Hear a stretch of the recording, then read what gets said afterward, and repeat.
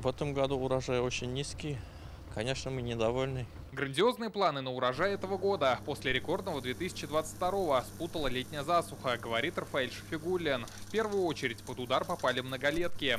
Почти весь сенаж – это корм для животных, потерян. Надо прокормить скотину. На сегодняшний день еле собираем корм. А еще на зиму заготовки совсем нету. По словам фермеров, лето 23-го даст фору памятной засухи 2010 и 2021 годов. В этом испытанием для посевов стали майские и июньские заморозки. В Сармановском районе пострадали озимые. Первые результаты заготовок кормов здесь тоже неутешительные.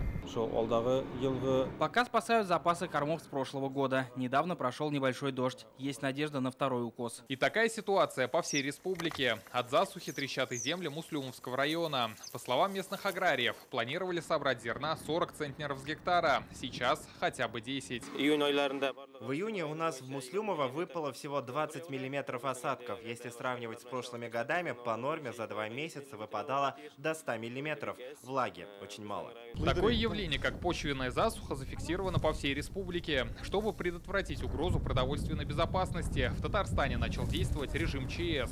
Согласно документу, Минсельхоз должен в 5-дневный срок разработать мероприятия по преодолению последствий аномальной жары. Что это даст чрезвычайная ситуация?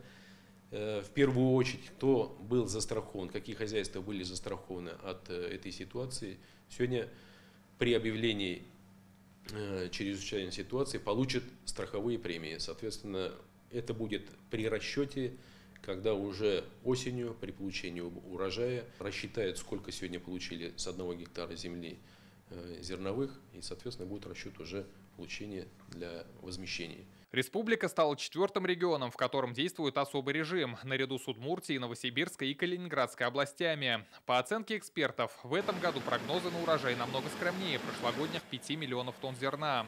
В планах собрать на 1,5 миллиона меньше. Очевидные проблемы с заготовкой кормов.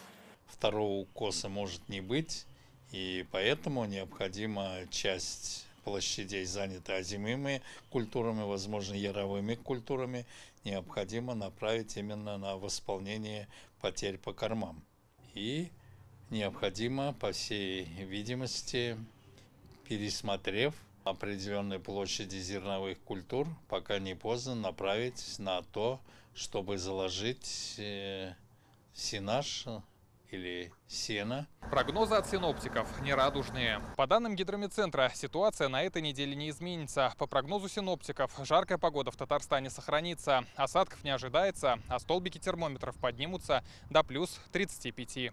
Рамиль Галиуллин, Рамзиль Гарипов, ТНВ, Татарстан.